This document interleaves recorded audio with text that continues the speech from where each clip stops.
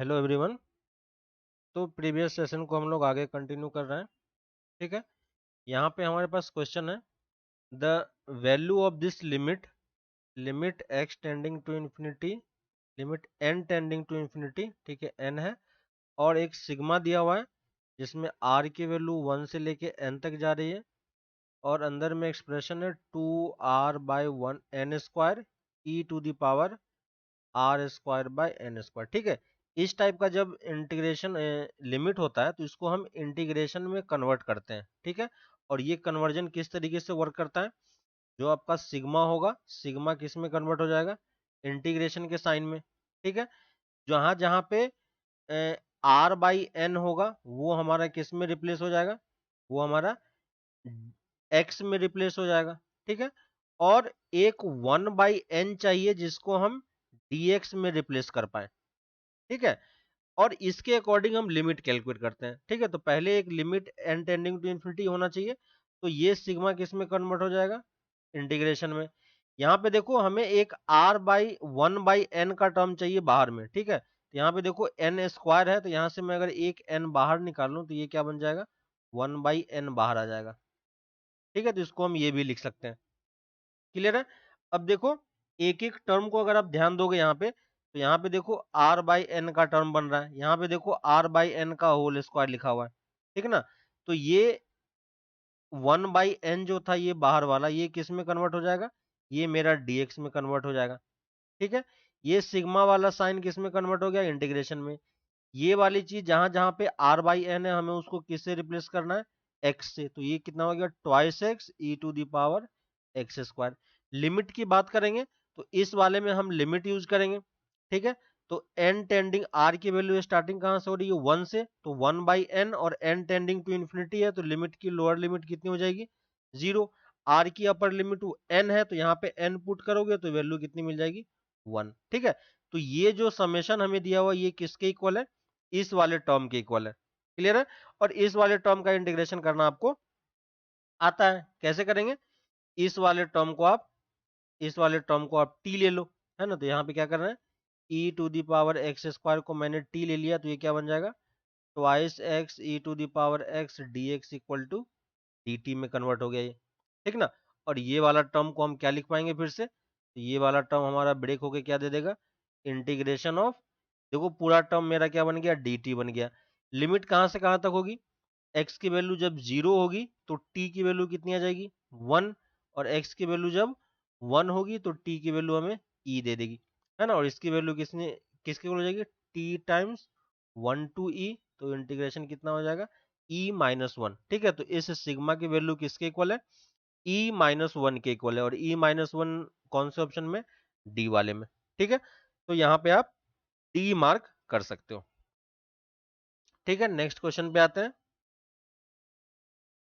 Next है हमारे पास, the direction cosine L M N of two lines are connected by this relation. ठीक है, हमारे पास रिलेशन है L plus M plus N equal to 0 और L into M equal to 0।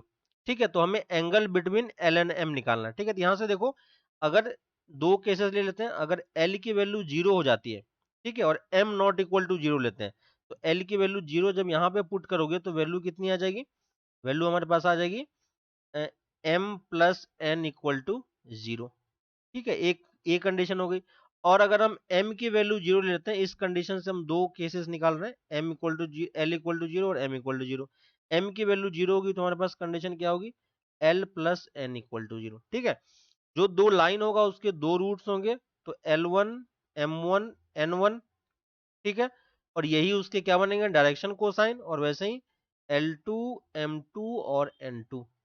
ठीक है, अब देखो क्योंकि ये रेशियो है, डायरेक्शन कोसाइन है, यहां से देखो m को हम क्या लिख सकते हैं, m equal to minus n. ठीक है, और यहां से l इक्वल टू कितना लिख सकते हैं, माइनस एन। ठीक है, तो यहां देखो l की वैल्यू कितनी आ जाएगी तो इस वाले में देखोगे, किसी एक पहले वाले को ले लो, तो पहले वाले में l की वैल्यू 0 है। ठीक है, m की वैल्यू किसके इक्वल है, माइनस एन के इक्वल। ठीक है, तो माइनस एन को अगर हम 1 ले ले तो ये कितना दे देगा, -1, और ये 1 दे देगा, क्योंकि ये इक्वल है तो आप इसको रेशियो के टर्म्स में भी ले सकते हो। और यहां से सिमिलरली क्या आ जाएगा, m की वैल्यू 0 है तो बीच वाला टर्म 0 हो गया, l की वैल्यू हम क्या ले सकते हैं -1 और ये वाली वैल्यू 1 ले सकते हो आप, ठीक है। अब ये हमारे पास क्या हो गया, डायरेक्शन कोसाइन हो गया। तो डायरेक्शन कोसाइन पहला कौन सा होगा, DC1 लिख देते हैं। DC1 कितना होगा, -j cap plus k cap, और DC2 कितना होगा, -i cap plus k cap, ठीक है। और दोनों के बीच में हमें एंगल निकालना है, तो एंगल कितना हो जाएगा, cos थीटा, और cos थीटा इक्वल टू क्या लिख पाओगे, तो इन दोनों का डॉट ले लेंगे, और दोनों का डॉट और डिवाइडेड बाय, है ना, दोनों का dot divided by mod of DC1 mod of DC2, दोनों का मॉड कितना है, √2 और ऊपर में देखोगे तो j के साथ इसमें कोई टर्म नहीं है, j का i के साथ कोई नहीं, k के साथ k का डॉट होगा तो ये 1 देगा, तो वैल्यू कितनी आ गई 1/2। तो एंगल कितना बोल सकते हैं, π/3 यानी 60 डिग्री। तो कौन सा ऑप्शन हो जाएगा आपका, ए ऑप्शन आप यहाँ पे मार्क कर सकते हो, ठीक है। नेक्स्ट क्वेश्चन पे आते हैं। नेक्स्ट हमारे पास एक फंक्शन दिया हुआ है, और फंक्शन क्या है, f(x = x³ - ax), ठीक है। और इसका बोल रहा है लोकल मैक्स मिनिमा कहाँ पे है, इसका लोकल मिनिमा है हमारे पास, लोकल मिनिमा है हमारे पास एट x = k पे, ठीक है। कहाँ पे, एट x = k पे, और k की वैल्यू कितनी दे रखी है, k की वैल्यू >= 2 दे रखी है। तो हमसे पूछा है कि a की कौन सी पॉसिबल वैल्यू हो सकती है। तो पहले हम इसका लोकल मिनिमा निकालेंगे, तो लोकल मिनिमा कैसे मिलेगा, f' निकालना होगा, f' कितना हो जाएगा 3x² - a, और तो यहाँ से अगर हम इसको इक्वल टू 0 करते हैं, तो इसको अगर आप इक्वल टू 0 करोगे तो x की वैल्यू किसकी वैल्यू हो जाएगी, a/√3 के इक्वल, और प्लस माइनस दोनों साइन होगा, ठीक है। x = k बोल रखा है, और k क्या है, >2, यहाँ यानी कि ये पॉजिटिव है ना। तो यहाँ से आप k की वैल्यू किसके इक्वल बोल सकते हो, k की वैल्यू आप बोल सकते हो जो आपका k है ना, यहाँ से k क्या हो जाएगा, k = a/√3 हम बोल सकते हैं, है कि नहीं, सॉरी a इसके साथ पूरे में रूट में आ जाएगा, है ना, तो यहाँ पे आप रूट में ले लो इसको पूरे में, तो k की वैल्यू किसके इक्वल होगी, a/3 का होल रूट, ठीक है। और k की वैल्यू क्या है हमारा, >= 2 है, तो ये पूरी क्वांटिटी >= 2 होनी चाहिए। यहाँ से हम a की वैल्यू क्या बोल सकते हैं, a की वैल्यू >= ये 4 हो जाएगा, और 4 × 3 12 हो जाएगा, ठीक है।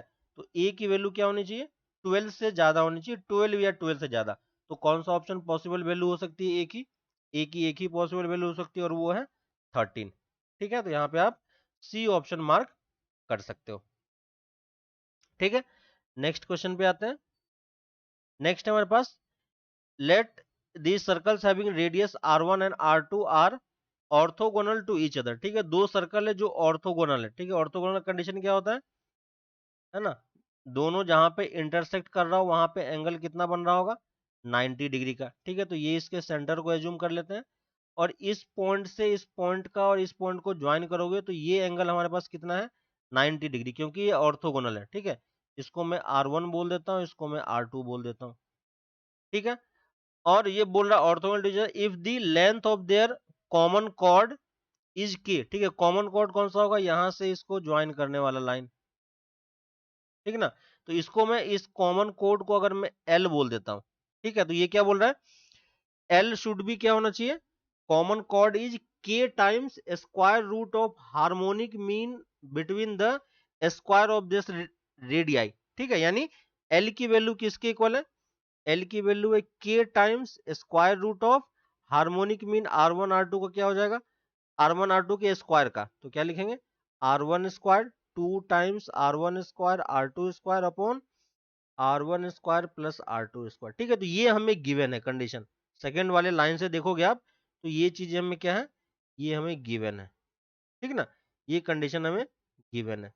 अब हमें k⁴ की वैल्यू पूछिए कितनी की, ठीक है। तो देखो इसकी वैल्यू निकालते हैं, तो यहां से देखो अगर मैं इस नाम दे देता हूं ABC, तो एरिया ऑफ ट्रायंगल ABC क्या होगा, क्योंकि ट्रायंगल बन रहा है, ठीक है। तो एरिया ऑफ ट्रायंगल ABC बोलोगे तो r1 और ये वाला देखो एंगल 90 डिग्री है, तो हम डायरेक्टली क्या लिख सकते हैं, 1/2 इंटू r1 इंटू r2, है कि नहीं, डायरेक्टली हो जाएगा, half into base into height. और यही एरिया आप दूसरे तरीके से भी लिख सकते हो, कैसे लिख सकते हैं, तो दूसरे तरीके से आप कैसे लिखोगे, दूसरे तरीके से अगर मुझे लिखना होगा, क्योंकि हमें एल का टर्म भी चाहिए होगा कहीं ना कहीं, ठीक है, तो हम एल के टर्म्स में इसको रिप्रेजेंट करने का ट्राई करेंगे, ठीक है। तो टोटल एरिया, जब इसी ट्रायंगल का आप एरिया लिखोगे एल के टर्म में, तो एल कितना हो जाएगा, ठीक है। तो ये टोटल लेंथ हमें एल दिया हुआ है, तो यहां से यहां तक का लेंथ कितना हो जाएगा, ये वाला लेंथ हमारा L/2 हो जाएगा, ठीक है। दिख रहा है, इस पॉइंट को अगर मैं M बोल देता हूं तो ए एम का लेंथ कितना हो जाएगा, L/2 हो जाएगा, ठीक है। ये M/2 हो जाएगा, और ये एंगल भी कितना है, 90 डिग्री ही है, ठीक है ना। ये एंगल भी कितना है, 90 डिग्री ही है, ठीक है। और यहां से देखो, अगर मैं इसको बेस बोल देता हूं, ठीक है ना, इसको अगर मैं बेस बोल देता हूं, तो ये वाला लेंथ कितना हो जाएगा, ठीक है। ये देखो, ये हाइट हो गई, और ये लेंथ बीसी लेंथ कितना हो जाएगा, बीसी लेंथ अभी भी किसके इक्वल है, BC length r1² plus r2² के रूट के इक्वल है, क्योंकि ये एंगल 90 डिग्री बन रहा है, ठीक है। तो इसी एरिया को मैं एल के टर्म में लिखूंगा, तो कितना होगा, हाफ इंटू बेस कितना होगा, L/2, और है ना, बेस हो जाएगा ये वाला टर्म, और हाइट हो जाएगी L/2, तो ये कितना लिख पाएंगे, r1² प्लस r2², दिख रहा है क्या, ठीक है। तो इसी चीज को मैं फ्रेश से लिख देता हूं, तो ये कितना हो गया, half of r1 r2 equal to 1/2, L/2 हो गई हमारे पास हाइट, और बेस लेंथ कितना हो गया, r1² प्लस r2², ठीक है। यहां से देखो, हाफ से हाफ कैंसिल हो गया, इसको इस तरफ लेके जाएंगे, तो 2r1 r2 इक्वल टू, और इसको डिवाइडेड बाई ये कर दो, तो यहाँ से आपको L की वैल्यू मिल जाएगी, तो ये square root of r1² plus r2² equal L आ गई, ठीक है। L को देखो, अगर आप थोड़ा सा और सिंप्लीफाई करोगे, रूट को अगर इसके अंदर लेके जाए, है ना, तो रूट को अंदर लेके जाओगे, और एक √2 बाहर निकाल लेते हैं, ठीक है। तो 2 times r1² r2² divided by r1² plus r2², ठीक है। तो देखो L की वैल्यू इस फॉर्मेट में आ गई, और ये दोनों L सेम है ना। तो देखो K की वैल्यू आप कितनी बोल सकते हो, K की वैल्यू आपके पास आ गई √2, और हमसे वैल्यू किसकी पूछी है, k⁴ की, ठीक है। तो k⁴ की वैल्यू कितनी हो जाएगी, k² 2 दे देगा, और k⁴ की वैल्यू हमारे पास 4 हो जाएगी, ठीक है। तो कौन सा ऑप्शन मार्क कर पाओगे आप, सी ऑप्शन आप यहाँ पे इजिली मार्क कर सकते हो, ठीक है। तो बस उसी एरिया को आपको अलग अलग टर्म में बस लिखना है, एक बार लिख पाओगे तो क्वेश्चन सारा सही हो जाएगा, ठीक है। नेक्स्ट क्वेश्चन पे आते हैं। नेक्स्ट है हमारे पास the value of this integration, integration क्या है हमारे पास, इसको अगर मैं आई बोल देता हूं, तो ये है 0 टू π/2, ठीक है। Cos of twice x, cos of 2² कितना हो जाएगा, 4x, cos of 8x, and cos of 16x dx, ठीक है। सबसे पहली चीज हमें क्या करनी होती है, डेफिनेट इंटीग्रेशन में a plus B minus x वाली प्रॉपर्टी यूज करनी है। तो ये प्रॉपर्टी जब यूज करोगे, तो यहाँ पे देखो, ये पाई माइनस एक्स हो जाएगा, है ना, π/2 है, तो π/2 पुट करोगे तो ये पाई माइनस एक्स दे देगा, तो ये वैल्यू कितनी हो जाएगी, minus times cos twice x, cos 4x put करोगे तो π/2 की वैल्यू कितनी हो जाएगी, 2 पाई माइनस एक्स, ठीक है। तो 2 pi cos 2 pi minus x कितना देगा, 2x है ना। तो बाकी सारी वैल्यू अगर आप चेक करोगे, तो इन सारी वैल्यू में कोई चेंजेस नहीं होगा, ठीक है। और साइन भी हमारा क्या रहेगा, बाकी सबका सेम रहेगा, बस स्टार्टिंग में पहले वाले का साइन माइनस हो जाएगा, ठीक है। तो इस माइनस को मैं बाहर निकाल लेता हूं, और यहां से देखो, दोनों इक्वेशन को आप ऐड कर दोगे तो वैल्यू कितनी आ जाएगी, 0, यानी आई की वैल्यू एक्चुअली में क्या है, 0 के इक्वल है, ठीक है। तो इसमें कुछ है नहीं, आप डायरेक्टली ए ऑप्शन मार्क कर सकते हो, ठीक है। तो डेफिनेट इंटीग्रेशन में हमें ध्यान रखना है हमेशा कि जब भी क्वेश्चन हो तो पहला प्रॉपर्टी आपको यही यूज करनी होती है, A to B F X D X होता है, तो इसको हम क्या लिख सकते हैं, A to B F of A plus B minus X D X, आप इसको हमेशा लिख पाओगे, ठीक है। तो ये वाली प्रॉपर्टी आपको हमेशा ध्यान रखनी है, ठीक है। नेक्स्ट क्वेश्चन पे आते हैं। नेक्स्ट है हमारे पास, let A B the matrix, A हमारा क्या है, 3x3 का मैट्रिक्स है, और डिटर्मिनेंट ऑफ ए हमें 3 दे रखा है, बी की वैल्यू कितनी है, 3 टाइम्स ए इनवर्स, है ना। तो डिटर्मिनेंट ऑफ बी आप कितना बोल पाओगे, ए इनवर्स है ना, और यहाँ पे 3 इसके साथ मल्टीप्लाइड है, तो ये क्या हो जाएगा, 3a इनवर्स का मॉड, ठीक है। और 3 बाहर निकालोगे तो कितना बाहर निकल जाएगा, 3³ बाहर आ जाएगा, ठीक है ना, क्योंकि ए का ऑर्डर 3x3 का है, और ए इनवर्स का डिटरमिनेंट 3 नीचे आ जाएगा, है ना। तो ये इसकी वैल्यू कितनी हो जाएगी, 9 के इक्वल हो जाएगी, ठीक है। वैसे ही सी हमें दिया हुआ है एडजॉइंट ऑफ ए बाई 2, ठीक है। तो सी का अगर डिटर्मिनेंट निकालोगे तो क्या होगा, एडजॉइंट ऑफ ए बाई 2 का डिटर्मिनेंट, ए फिर से आपका 3 क्रॉस 3 का है तो एडजॉइंट ऑफ ए भी 3 क्रॉस 3 का होगा, तो 2 की पावर कितनी बाहर निकलेगी 3, तो कितना आ जाएगा 8। और एडजॉइंट ऑफ ए का डिटर्मिनेंट कितना होता है, ए डिटर्मिनेंट का स्क्वायर, ठीक है। और ये ए कितना है हमारा 3, तो ये कितना आ गया 9/8, ठीक है। हमने सबको सारी वैल्यू कैलकुलेट कर ली। हमसे इसने पूछी है इसकी वैल्यू कितनी होगी, ठीक है।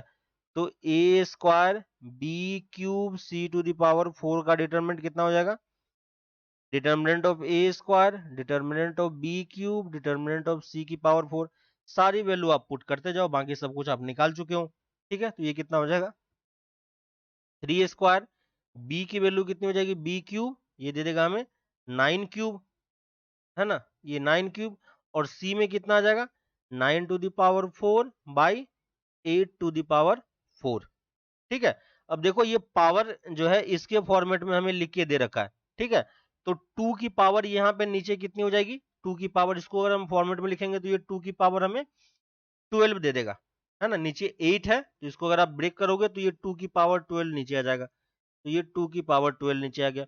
ऊपर में 3 की पावर कैलकुलेट करो, यहाँ से 3 की पावर 2 है, यहाँ से 3 की पावर 6 है, यहाँ से 3 की पावर 8 है ना। तो सबको ऐड करोगे तो कितना दे देगा 3 टू द पावर 16। तो कौन सी वैल्यू हो जाएगी आपकी, ए ऑप्शन आप यहाँ पे मार्क कर सकते हो, ठीक है। नेक्स्ट क्वेश्चन पे आते हैं, ठीक है। नेक्स्ट क्वेश्चन देखते हैं, यहाँ पे दिया हुआ हमें P cap cross Q vector, ठीक है, का क्रॉस है पी कैप के साथ, प्लस पी कैप का डॉट है क्यू वेक्टर के साथ, ठीक है। क्या यहाँ पे डॉट है ये क्यू वेक्टर के साथ, और साथ में क्यू वेक्टर भी है, ठीक है। और ये वैल्यू किसके इक्वल है, x square plus y square into q vector plus 14 minus 4x minus 6y, और ये पी कैप के इक्वल है, ठीक है। लेफ्ट हैंड साइड में देखो ये ट्रिपल क्रॉस प्रोडक्ट है ना। तो यहाँ पे हम जब इसको ब्रेक करते हैं तो क्या आता है ना। तो याद होगा आपको, सबसे पहले कौन सा होता है, सबसे पहले पास वाला वेक्टर, तो पास वाला वेक्टर क्या है क्यू वेक्टर, है ना। जो बाहर में उसके पास में कौन सा है क्यू वेक्टर, तो क्यू वेक्टर बाहर में होगा, और बाकी इन दोनों का क्या हो जाएगा डॉट हो जाएगा। तो ये क्या हो जाएगा मॉड ऑफ पी कैप का स्क्वायर, ठीक है, प्लस सॉरी माइनस, फिर दूर वाला वेक्टर कौन सा है पी कैप, और उसके बाद किसका डॉट होगा क्यू के साथ पी कैप का डॉट आ जाएगा, ठीक है। तो ये इसकी वैल्यू होगी, प्लस में पी के साथ P cap dot Q vector के साथ क्यू वेक्टर है, और राइट हैंड साइड में x square plus y square Q vector plus 14 minus 4x minus 6y P cap, ठीक है। दोनों तरफ क्यू वेक्टर और पी कैप के कोफिशिएंट को हमें क्या करना है इक्वेट करना है, ठीक है। तो लेफ्ट हैंड साइड में देखो पी कैप क्या है, यहाँ पे देखो पी कैप की वैल्यू, है ना। और क्यू कैप देखो, पहले क्यू वेक्टर क्या है, तो Q vector right hand side में कितना है x square plus y square, उसका कोफिशिएंट अगर कलेक्ट करे तो, ठीक है। और यहाँ पे अगर कलेक्ट करोगे तो ये कितना दे देगा, यहाँ पे अगर कलेक्ट करोगे तो ये यहाँ पे हमारे पास आ जाएगा, ये वैल्यू कितनी हो जाएगी, ये वैल्यू 1 हो जाएगी, और यहां से कैलकुलेट करोगे तो ये 1 के साथ p, है ना, 1 के साथ यहाँ पे कैलकुलेट करोगे तो q वेक्टर ये वाला है और ये वाला पार्ट है, ठीक है। तो यहाँ पे हमारे पास ये वैल्यू आ जाएगी q वेक्टर, ठीक है। यहाँ पे कुछ, हाँ, तो यहाँ से देखो q को कलेक्ट करो, ये वाला q है और ये वाला q है, तो 1 plus p dot q vector, ठीक है। और p वेक्टर को अगर p कैप के कोफिशिएंट को अगर कलेक्ट करेंगे तो यहां से कितना आ जाएगा minus times q dot p cap equal to किसके इक्वल हो जाएगा 14 माइनस 4x माइनस 6y के इक्वल, ठीक है। इसकी वैल्यू को यहाँ पे पुट करो तो क्या वैल्यू आ जाएगी x square plus y square minus 4x, ठीक है। सबको इस तरफ लेके आ गया मैं, प्लस 14 इक्वल टू 1, ठीक है।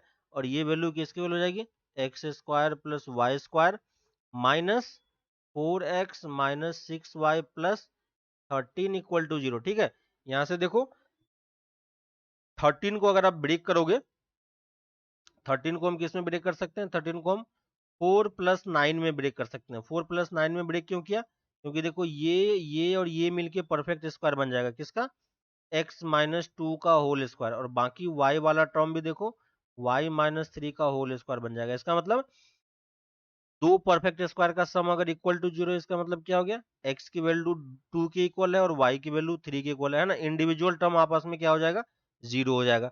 और x और y हमें मिल चुका है, तो हमें किसकी वैल्यू चाहिए, x square plus y square, तो 9 प्लस 4 13 इसका आंसर हो जाएगा।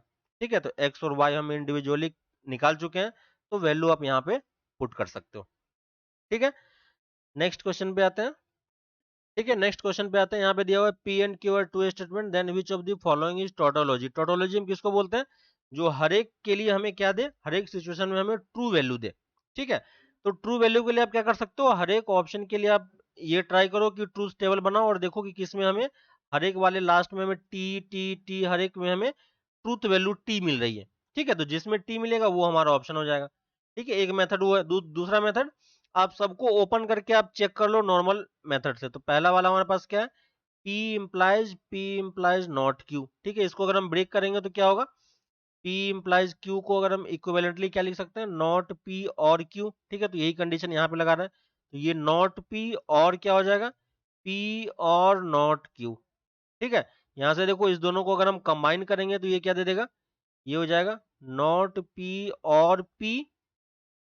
ठीक है, नॉट P और P, और इसके साथ किसका कॉम्बिनेशन है, नॉट Q का, है ना।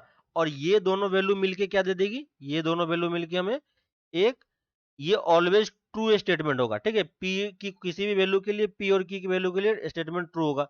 और इसके साथ किसका, तो ट्रू स्टेटमेंट के साथ किसी भी स्टेटमेंट को अगर आप यूनियन करोगे तो क्या मिलेगा, ट्रू ही मिलेगा, है ना। तो ये वाला हमारा क्या हो गया, डायरेक्टली टोटोलॉजी हो गया। ठीक है, तो यहाँ पे फर्स्ट ऑप्शन ही हमारा मैच कर गया, तो इसलिए हम फर्स्ट ऑप्शन को मार्क कर रहे हैं। ठीक है, अगर फर्स्ट मैच नहीं करता तो हम बाकी ऑप्शन को भी चेक करते हैं। ठीक है, तो बाकी ऑप्शन भी आप चेक करके निकाल सकते हो, कोई दिक्कत नहीं है, लेकिन यहाँ पे फर्स्ट ऑप्शन मैच कर गया। ठीक है, नेक्स्ट क्वेश्चन पे आते हैं। नेक्स्ट है हमारे पास, in an equilateral triangle ABC equation of side BC is given. ठीक है, तो इक्वेशन ऑफ साइड बीसी हमें दिया हुआ है और ट्रायंगल का सेंट्रॉइड हमें दिया हुआ है कहाँ पे, 0 0 पे। ठीक है, तो कोऑर्डिनेट एक्सिस पे अगर हम प्लॉट कर ले तो थोड़ा सा सिंपली आसान रहेगा। लाइन की equation x equal to 0 y equal to 0, यानी ये इस तरीके का लाइन जा रहा है। ठीक ना, तो एक पॉइंट का कोऑर्डिनेट कहाँ पे है, इसी लाइन पे कहीं ना कहीं लाई कर रहा है। ठीक है, तो यहाँ पे मान लेते हैं कहीं पे भी, सिंप्लीफाइड फॉर्म में नहीं रखते। ठीक है, ठीक है, तो यहाँ पे देखो इस वाले पॉइंट को हमने ये ले लिया, है ना। अब ये किसका इक्वेशन है, बी सी का इक्वेशन है। ठीक है, तो यहाँ पे मैं मान लेता हूँ ये बी है मेरे पास और ये सी है। इसी लाइन पे, इस लाइन का इक्वेशन क्या है हमारे पास, इस लाइन का इक्वेशन है x plus y minus 2 equal to 0। Centroid इसका यहाँ पे कहीं पे है, इसका मतलब थर्ड साइड इधर कहीं पे होगा। ठीक है, और ये इक्विलेटरल है। ठीक है, तो उस चीज का भी हमें ध्यान रखना है। तो ये पॉइंट हमारा ए हो गया, और एंटी क्लॉकवाइज ऑर्डर में बोल रहा है तो वो भी हमें दिख रहा है।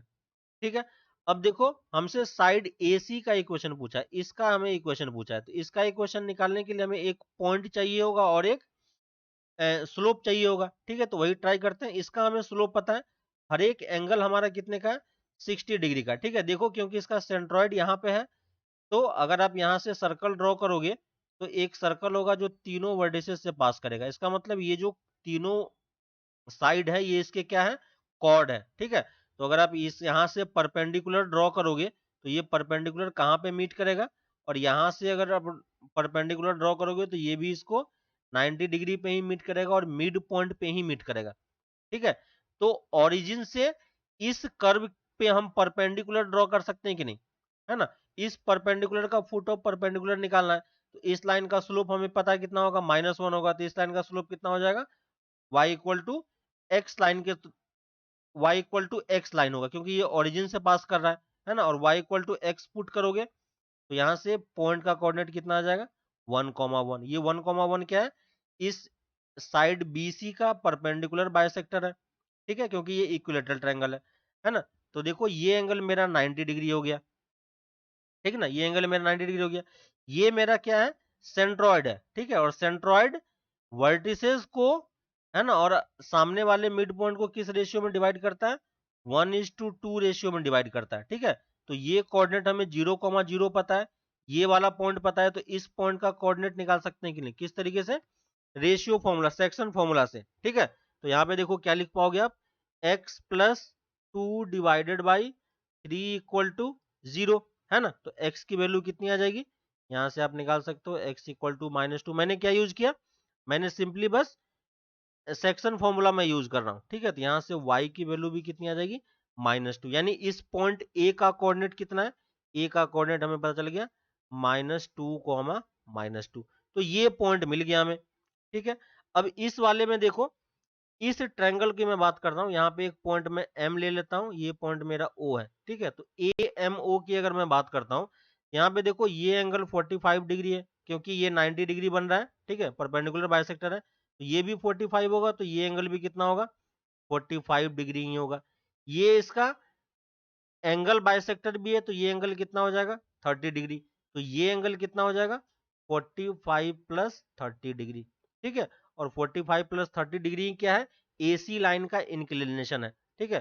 तो अगर हम स्लोप की बात करें, स्लोप ऑफ AC क्या होगा, तो वो कितना हम लिख सकते हैं, tan ऑफ 45 प्लस 30 डिग्री, ठीक है, tan ऑफ 45 प्लस 30 डिग्री। इसको आप सॉल्व करके निकाल ही सकते हो, इजी है।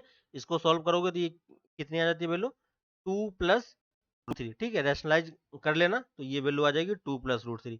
तो हमें स्लोप मिल गया और हमें पॉइंट पता है, तो इक्वेशन क्या हो जाएगा, y+2 equal to 2+√3 into x+2, ठीक है। तो ये हमारा किसका इक्वेशन है, AC लाइन का ये हमारा इक्वेशन है। तो कौन सा ऑप्शन मैच कर जाएगा, देखो यहाँ पे बी ऑप्शन आपको सेम इसी टाइप का दिख रहा है, ठीक है। तो हमारा यहाँ पे आंसर क्या हो जाएगा, बी ऑप्शन आप इजिली मार्क कर सकते हो, ठीक है। नेक्स्ट क्वेश्चन पे आते हैं। नेक्स्ट क्वेश्चन है हमारे पास, ये दिया हुआ है, the minimum distance between the curve y equal to 10x, x की वैल्यू हमारे पास -π/2 से π/2 के बीच में है, ठीक है। तो कर्व आपका 10x का कर्व कुछ ऐसा होगा, ठीक है। ये -π/2 है और ये π/2 है, और एक सर्कल है जो कहाँ पे है, y x एक्सिस पे कहीं लाई कर रहा है, जिसका रेडियस 1 है, और ये, है ना, 2 + π/4 पे कहीं पे लाई कर रहा है। तो ये एंगल, ये पॉइंट हमारा π/2 है, ठीक है। तो 2 + π/4 कहाँ पे, ये π/4 होगा, यहाँ से 2 डिस्टेंस आगे लोगे, है ना। तो एक सर्कल है जो यहाँ पे कहीं पे लाई कर रहा है, ठीक है। इसका सेंटर कितना है, 2 + π/4, 0, और इसका रेडियस कितना है, रेडियस इसका हमारे पास 1 है, ठीक है। हमसे पूछा है कि इसका मिनिमम डिस्टेंस क्या होगा।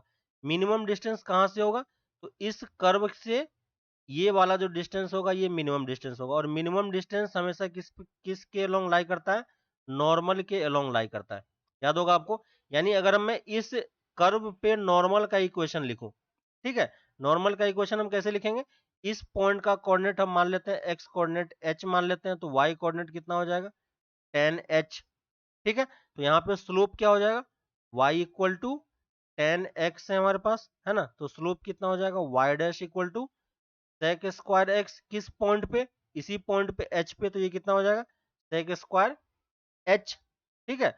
और नॉर्मल का स्लोप कितना हो जाएगा, तो स्लोप ऑफ नॉर्मल क्या लिखोगे, स्लोप ऑफ नॉर्मल हो जाएगा -1/sec स्क्वायर h, ठीक है। ये क्या हो गया, -sec स्क्वायर h। अब अगर मैं इस लाइन का इक्वेशन लिखूं, ये जो लाइन हमने ड्रॉ किया है, तो ये क्या हो जाएगा, y minus tan of h equal to -1/, slope लिख रहा हूं, इंटू x माइनस h, ठीक है। ये हो गया हमारा। और ये लाइन कहां से पास करेगा, ये लाइन पास करेगा हमारा सर्कल के सेंटर से, और सर्कल का सेंटर का y कोऑर्डिनेट कितना है, 0। यहाँ पे ये 0 हो जाएगा, इसको इसके साथ मल्टीप्लाई कर दो, तो ये क्या हो जाएगा, -sec square h into 10h equal to -1 into x की वैल्यू कितनी है, x की वैल्यू 2 + π/4 माइनस का h, ठीक है। यहाँ से ये दोनों कैंसिल हो गया, इजी है, ये दोनों पार्ट कैंसिल हो गया। तो यहाँ से देखो वैल्यू कितनी आ जाएगी, इसको हम सॉल्व कर सकते हैं। है ना। तो यहाँ से ये कितना हो जाएगा, सेक स्क्वायर एच इंटू 10h, ठीक है, sec square h into 10h equal to 2 plus pi by 4 minus का h, ठीक है।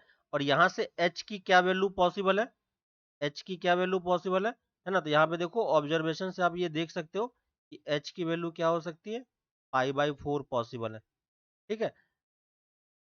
h की वैल्यू पाई बाई 4 पुट करोगे तो ये 1 दे देगा, ये 2 दे देगा, यहाँ पे ये 0 हो जाएगा, यहाँ पे भी 2 मिल जाएगा, है ना।